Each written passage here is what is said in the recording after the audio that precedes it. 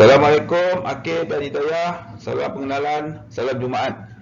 Okey, saya akan memberi sedikit penerangan tentang kajian yang sedang saya jalankan.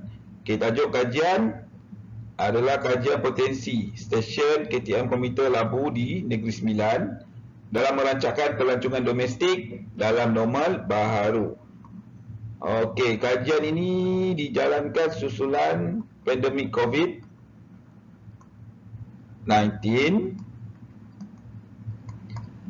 Harapan saya hasil kajian ini dapat memberi inspirasi kepada industri rel dan juga kepada komuniti setempat, yang mana saya merujuk kepada komuniti di Pekan Labu Negeri Sembilan bangkit daripada kesan negatif COVID-19. Okey. Alright. So sebelum saya meneruskan penerangan tentang kajian ini, saya perlu tekankan bahawa kamu tidak semestinya terlibat dengan kajian yang sedang saya jalankan.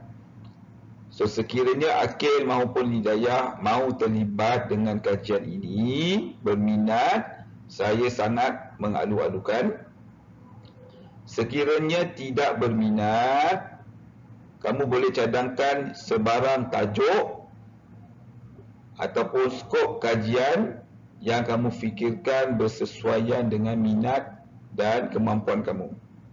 Okey, dua perkara, minat dan kemampuan. Okey, saya terbuka kepada sebarang cadangan dan kita boleh lakukan brainstorming untuk mendapatkan satu struktur FYP ataupun struktur kajian yang bersesuaian dengan tempoh masa yang diberikan. Okey, tiada paksaan sama ada kamu ingin teruskan ataupun sama ada kamu ingin terlibat dengan tajuk kajian ini ataupun sebaliknya. Okey. Nah, berdasarkan pengalaman saya dalam menjalankan kajian, satu daripada faktor kejayaan sesuatu kajian dapat disiapkan dalam tempoh masa yang dikehendaki adalah sokongan pihak-pihak berkepentingan. Sokongan daripada pihak-pihak berkepentingan seperti sokongan untuk mendapatkan akses kepada data, akses kepada maklumat yang sulit, akses untuk menemu bual atau melawat organisasi tertentu, akses kepada individu penting. Okey, so sokongan ini boleh ataupun mudah diperolehi sekiranya kajian yang kita jalankan ini menyokong secara langsung atau tidak langsung usaha yang sedang dijalankan oleh pihak terbabit. Okay, dalam konteks kajian saya ini, saya menyentuh isu pelancongan domestik dan juga komuniti setempat, iaitu merujuk kepada komuniti di Pekan Labu Negeri Sembilan, yang mana kedua-dua elemen ini sedang mendapat perhatian yang jelas daripada pihak kerajaan negeri. Latar belakang kajian. Akil maupun Hidayah mungkin tertanya-tanya, apakah ataupun bagaimanakah hubungan wujud di antara perkhidmatan komuter, iaitu sebahagian daripada pengangkutan darat, dengan pelancongan domestik. Okey, untuk memahami hubungan di antara perkhidmatan komuter dan pelancongan domestik, perkara asas yang perlu diketahui terlebih dahulu adalah fungsi perkhidmatan komuter. Okey, secara ringkas, perkhidmatan komuter adalah perkhidmatan kereta api elektrik yang ditawarkan oleh siapa? Yang ditawarkan oleh KTMB Berhad. Okay, yang ditawarkan KTMB Berhad bermula kalau tak salah saya pada tahun 1995, 1996, yang mana ketika itu ia memfokuskan kepada penumpang ataupun masyarakat yang bekerja atau tinggal di Kuala Lumpur dan kawasan di sekitar Kuala Lumpur. Okey, tujuannya adalah untuk mengelakkan kesesakan lalu lintas. Okey, so kalau kita lihat perkhidmatan komuter di sekitar Kuala Lumpur, okey, perkhidmatan komuter di sekitar Kuala Lumpur dikenali sebagai perkhidmatan sektor tengah. Sektor tengah. Okey, so sektor tengah terbahagi kepada dua laluan. Laluan Seremban. Okay, yang ini pula laluan Pelabuhan Kelang. Untuk laluan Seremban, terdapat 32 stesen. Manakala untuk Pelabuhan Kelang terdapat 27 hingga 28 stesen. Okey. Jika perbandingan dibuat di antara satu stesen dengan satu stesen, ukuran yang asas digunakan untuk menentukan stesen mana yang menguntungkan, stesen mana yang diwujudkan sebagai perantara, ia boleh dilihat kepada indikasi bilangan penumpang. Bilangan penumpang, indikasi asas. Okey. So dengan purata bilangan penumpang bulanan melebihi 50,000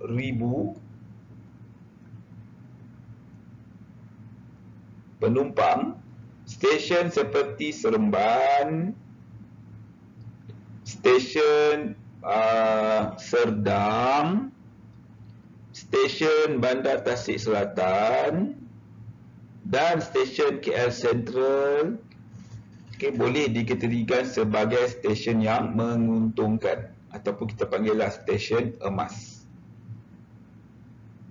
Okay, stesen emas. Stesen emas. Okey, so kalau kita fikir secara logik, apabila sesuatu peruntukan itu sampai ataupun diperuntukkan oleh organisasi, dalam kes ini KTM, okey, sudah tentu 4 stesen yang saya sebutkan tadi, iaitu stesen emas, mendapat perhatian ataupun kelebihan dari segi peruntukan dalam pelbagai perkara. Okey, nah bagaimana pula dengan stesen-stesen perantara seperti stesen Tirau dan stesen Labu? Stesen Labu sebagai contoh saya boleh nyatakan, bilangan penumpang purata bilangan penumpang bulanan adalah sekitar 6,000. So jika kita bandingkan dengan 50,000, okey, jauh beza dari segi bilangan penumpang. Okey, so jika difikirkan apakah yang perlu dilakukan, okay, kalau kamu letak diri kamu di dalam organisasi KTM, apakah strategi yang kamu fikirkan wajar ataupun perlu dicuba untuk meningkatkan bilangan penumpang yang menggunakan stesen-stesen perantara? Okay, kita ketepikan stesen-stesen emas ini kerana stesen emas ini tidak menghadapi masalah dari segi bilangan penumpang. Okey, kita ataupun saya ketika saya menulis kertas cadangan ini, saya memikirkan strategi yang boleh diaplikasi untuk meningkatkan bilangan penumpang untuk stesen-stesen perantara. Okey. So, dalam kajian ini saya memberi fokus kepada stesen Labu. Kenapa stesen Labu? Saya akan terangkan keistimewaan stesen Labu ini. Okey. Okey. Seperti yang telah saya jelaskan dalam slide sebelum ini, satu daripada matlamat kajian ini adalah untuk meningkatkan bilangan pengguna komputer yang menggunakan stesen bukan tumpuan bukan tumpuan, seperti stesen labu. Okey, jika kita bandingkan dengan stesen Seremban, stesen Seremban mencatatkan bilangan pengguna yang tinggi, iaitu sekitar lebih daripada 50,000 penumpang dalam satu bulan. Okey, now, kenapa Seremban mendapat bilangan, merekodkan bilangan penumpang yang tinggi? Ia boleh dikaitkan dengan kedudukan stesen Seremban yang berada di bandar Seremban. So di bandar kita faham kita ada banyak ruang perniagaan. Di situlah ada pejabat-pejabat kerajaan. Dan di situ juga terdapat kediaman-kediaman yang mana faktor-faktor ini tidak terpakai ataupun dimiliki oleh stesen perantara seperti stesen labu. Okey. Dalam usaha untuk meningkatkan bilangan pengguna stesen labu, okey, kajian ini mencadangkan untuk menggunakan alasan ataupun menggunakan faktor pelancongan domestik. Okey, untuk pengetahuan Akid dan Hidayah, terdapat sekurang-kurangnya 5 produk pelancongan domestik sedia ada yang berdekatan dengan stesen KTM komuter labu. Makanya, dengan adanya potensi untuk meningkatkan penggunaan stesen labu untuk tujuan rekreasi atau pelancongan, maka kajian ini dijalankan. Okey, tadi saya ada sebut tentang produk pelancongan domestik tersedia yang berada di sekitar Pekan Labu ataupun di sekitar stesen komuter labu yang boleh dijadikan ataupun diletak sebagai faktor penarik kepada pertambahan bilangan penumpang di stesen KTM komuter labu. Okey, so sekarang kita akan beralih kepada prospek penumpang ataupun prospek pengguna perkhidmatan komuter ataupun perkhidmatan kereta api secara umumnya. Kenapa kita perlu melihat kepada prospek penumpang? Kerana tidak berguna sekiranya kita mempunyai produk tetapi kita tidak dapat mengenal pasti lebih awal siapa yang akan menggunakan produk yang kita tawarkan. Okey, so untuk prospek penumpang baru ataupun proses penambahan bilangan penumpang, permintaan terhadap perkhidmatan train secara umumnya, saya suka untuk mengaitkan dengan apa yang berlaku terhadap sektor pengangkutan udara. Okey, so jika Akid dan ataupun Dayah mengikuti perkembangan semasa, sekatan terhadap pengangkutan udara ataupun perjalanan udara masih dikenakan sepanjang PKP. Okey, sepanjang PKP. Okey, so menurut kajian awal yang dijalankan oleh institusi penyelidikan sama ada swasta ataupun persendirian,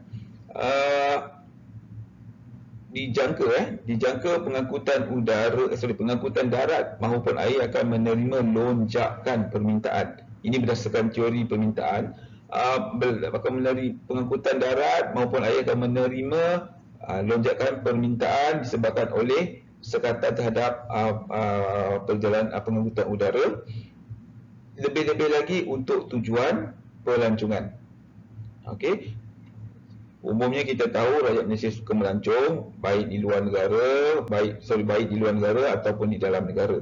Okay, now, jika kita ambil senario, jika kita fikirkan senario persekatan ini diteruskan sehingga hujung tahun 2020, okey, pengguna domestik 4 lapangan terbang yang berdekatan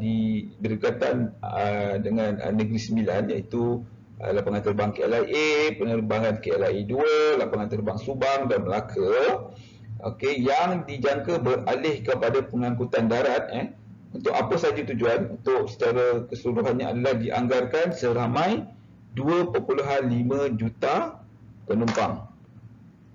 Okey, seramai 2.5 juta. Okey, nilai ini saya ambil berdasarkan statistik pengangkutan udara untuk suku terakhir pada tahun 2019.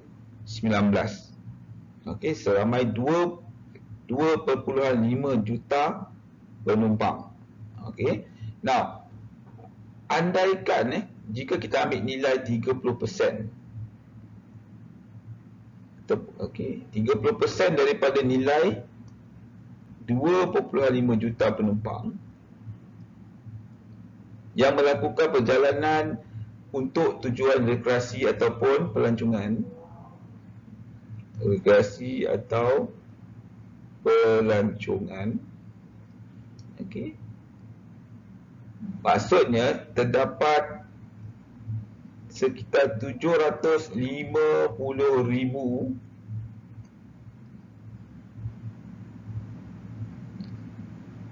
traveller ataupun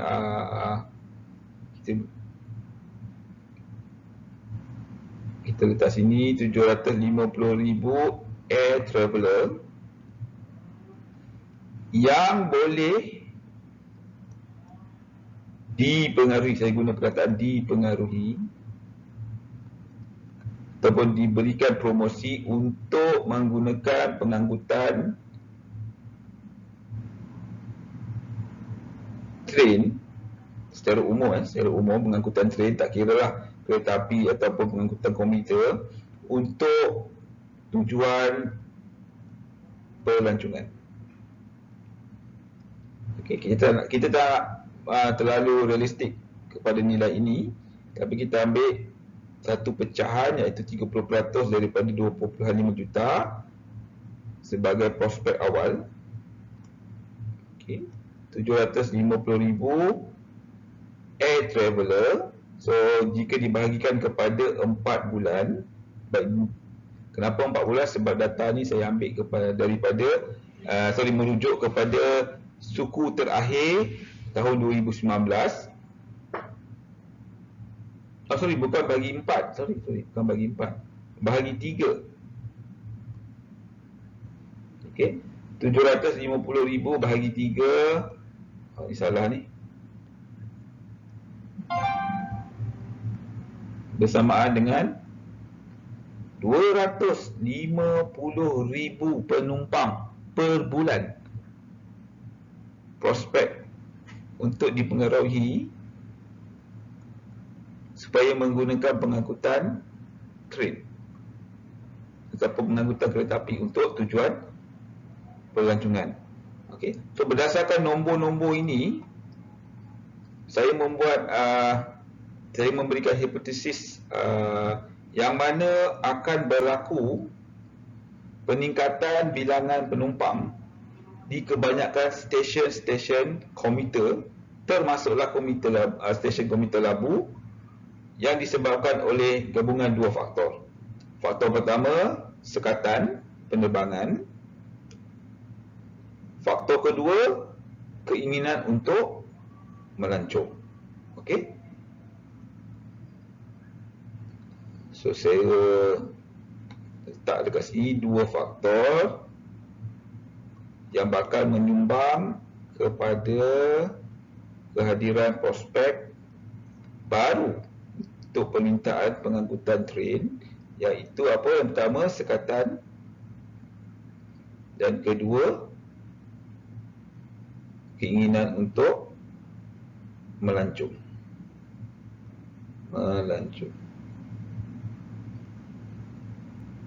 Okey.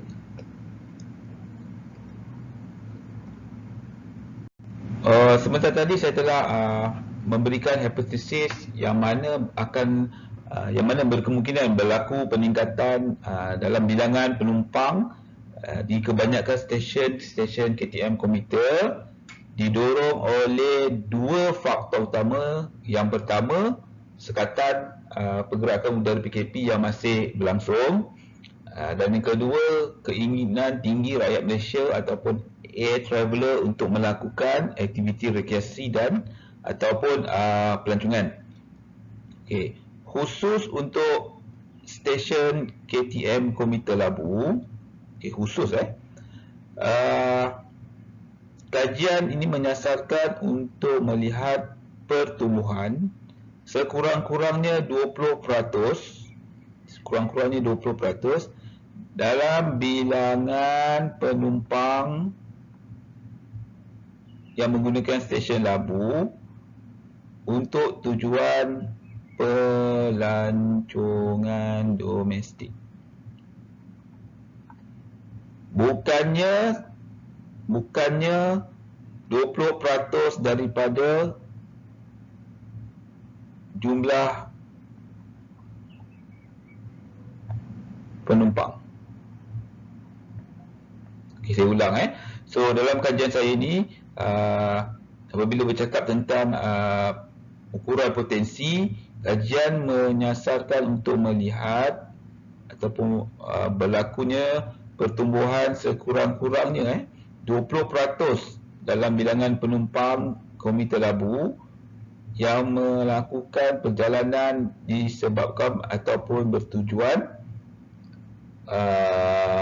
berkaitan pelancongan domestik.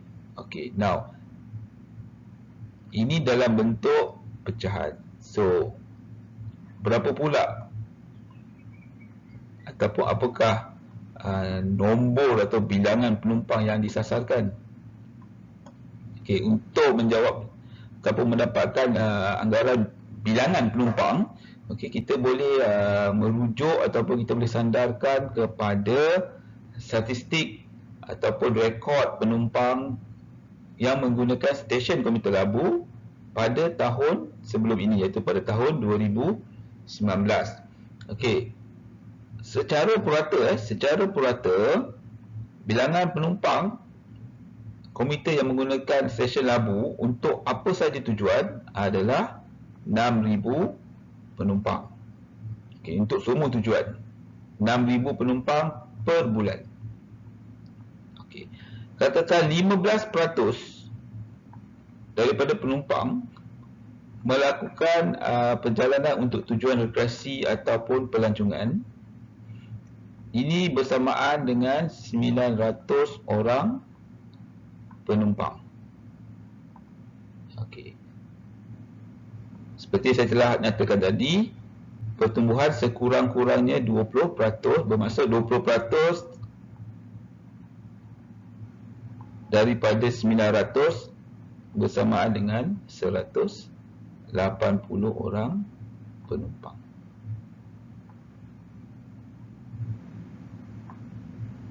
Bersama dengan 180 orang penumpang. So,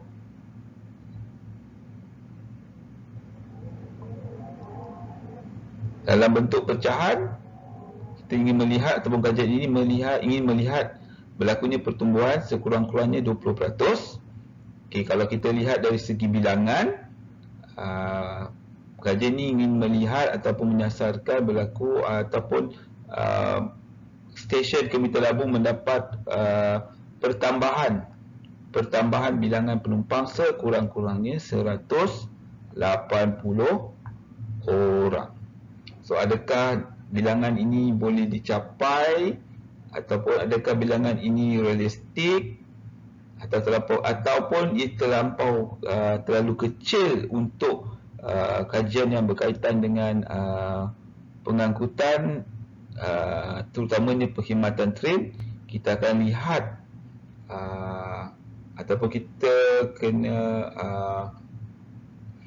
pastikan metodologi yang kita lakukan, metodologi kajian yang kita tentukan itu adalah bersesuaian. Okey, bersesuaian. Tapi secara asasnya kajian ini meletakkan angka ataupun meletakkan pecahan ataupun peratusan, iaitu 20% pertumbuhan ataupun dalam bentuk bilangan sekurang-kurangnya 180 80 orang penumpang. Setakat ini saya telah berkongsi yang pertama, tujuan kajian potensi ini dijalankan.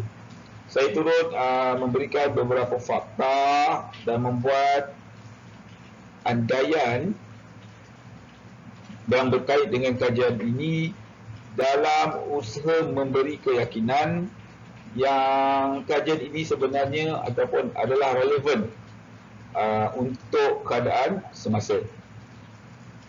Relevan. Secara ringkasnya, apa yang saya boleh katakan, kajian potensi stesen KTM Komite Labu dalam merancangkan pelancongan domestik dalam normal baharu mempunyai matlamat yang utama, iaitu menentukan atau menerbitkan justifikasi sama ada stesen yang dipilih ini mampu mencatat pertumbuhan bilangan penumpang sekurang-kurangnya 20% bagi kategori pelancongan dan rekreasi. Okey, dalam usaha mencapai ataupun menuju ke arah matlamat ini, saya telah mengenal pasti 3 mini projek atau 3 mini kajian yang bersesuaian dengan tema FYP. Okey, tema FYP yang mana perlu disiapkan dalam 2 semester, tempoh lebih kurang 12 bulan. Okey, ini saya letak sebagai maksimum. Okey, 12 bulan maksimum. Okey, tajuk yang pertama seperti yang Akil dan Hidayah boleh lihat adalah Role of Commuter Rail in Tourism, case study in Seremban District. Okay. Yang kedua, short distance travel mode choice of Seremban residents. Dan yang ketiga, air travelers willingness to visit tourist attraction in Seremban by train. Okay. So butiran ketiga-tiga tajuk FYP ini saya akan kongsikan sekiranya kamu berminat untuk terlibat ataupun bersama-sama untuk menjayakan kajian ini. Okey. Selain itu,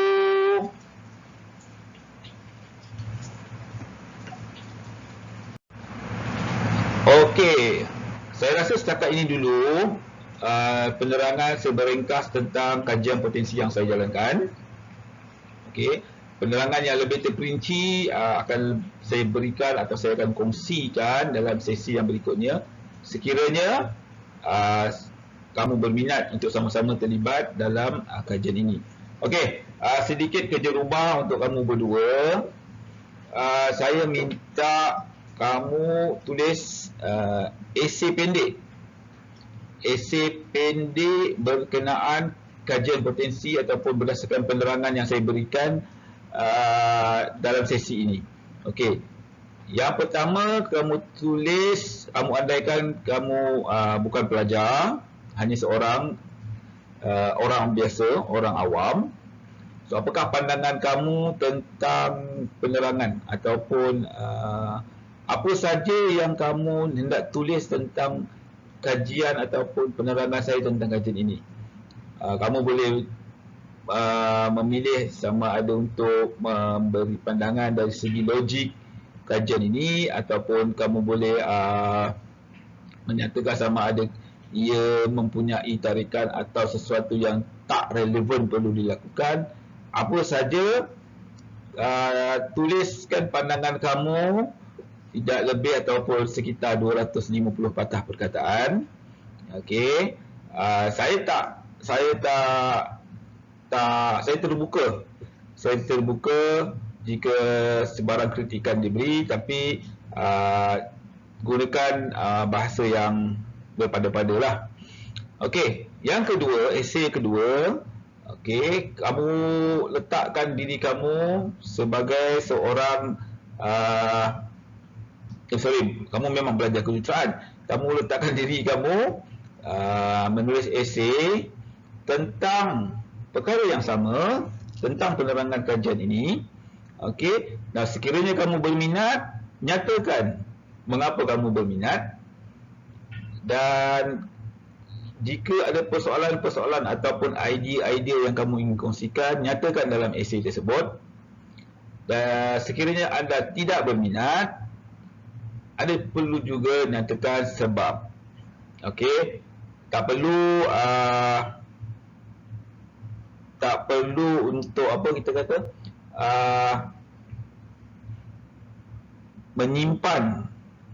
menyimpan sesuatu yang kita nak bagi tahu. Okay, just tulis sama ada kajian ini tidak mendatangkan atau mencetuskan minat kamu tidak ada jiwa untuk melakukannya. Okey, jika ada kritikan, saya sangat berlapang dada untuk membacanya, untuk menerima dan mengambilnya sebagai satu yang positif. Okey, dan sudah pasti bila kamu tidak berminat dengan kajian ini, saya harapkan kamu dapat memberikan ataupun berkongsi tajuk mungkin tidak kot, skop kajian yang kamu nak lakukan. Saya telah baca senarai pilihan ataupun senarai khusus yang kamu minat. Okey, dan kedua-dua pelajar memilih ataupun meletakkan pengangkutan sebagai khusus yang paling diminati. Okey, so ya, berikan cadangan, kita boleh berbincang, kita boleh melakukan sesi brainstorming, meletakkan di manakah hala tuju. Kita fikirkan sama ada kita mampu untuk melakukannya. Mampu di sini sekiranya kajian itu memerlukan akses ke terhadap maklumat sulit, bukan maklumat sulit, maklumat yang mempunyai apa saya nak kata ni, yang mempunyai lapisan organisasi yang perlu dilawati. Okey, ataupun kita boleh melihat sama ada ia bersesuaian atau tidak dengan peringkat FYP.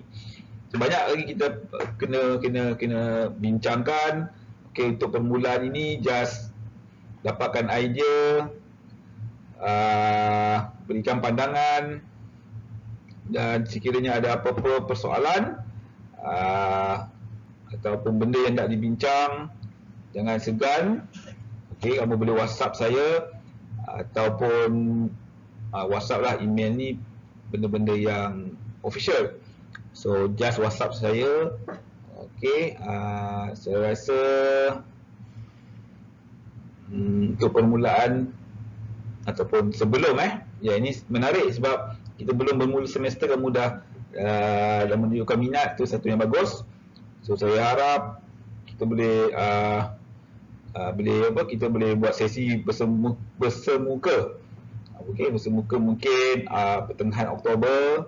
Okey, mungkin kita boleh duduk di mana-mana coffee house, kita buat perbincangan, kita luahkan pandangan. Okey, so saya harap kita dapat bekerjasama dengan sebaik-baiknya. So saya rasa tak ada apa lagi saya nak cakap. Okey, untuk itu terima kasih kerana mendengar. Okey, selamat bercuti. Oh bukan, ya, selamat berhujung minggu. Cuti dah nak habis. Okey, selamat berhujung minggu dan okey, itu saja. Bye bye.